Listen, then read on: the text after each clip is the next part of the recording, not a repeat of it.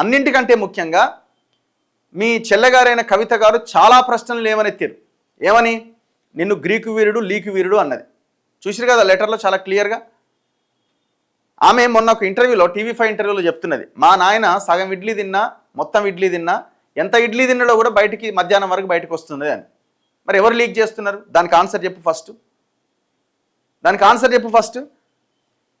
కేసీఆర్ కింద ఉన్న వాళ్ళు ఫోన్ ట్యాపింగ్కు పాల్పడి ఉండవచ్చు అన్నది. కేసీఆర్ కింద ఎవరు ఉన్నారు? నువ్వే కదా వర్కింగ్ ప్రెసిడెంట్ ఆ పార్టీకి సెకండ్ బాస్ కింద నువ్వే వ్యవహారం చేస్తున్నావు కదా షాడోగా. మరి ఈ ఫోన్ ట్యాపింగ్ విషయంలో నా మనసులో ఫోన్ కూడా ట్యాప్ అయిన కవిత చెప్తున్నదంటే దానికి ఏది సమాధానం? ఆన్సర్ చెప్పండి దానికి. ఫస్ట్ మీరు మీ సిస్టర్కి సమాధానం చెప్పి యువతలోడి మీద పడండి. దానికి ఆన్సర్ ఉండదు.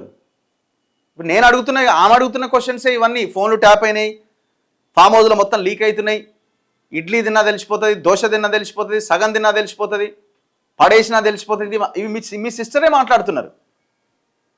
వీటి మీద ఎందుకు సమాధానం లేదు? అసలు తెలంగాణని సర్వనాశనం చేసింది, ఆ బీఆర్ఎస్ పార్టీని ఎటుకాకుండా చేసింది నువ్వే కదా. మొత్తం వ్యవహారం అంతా నడిపించింది.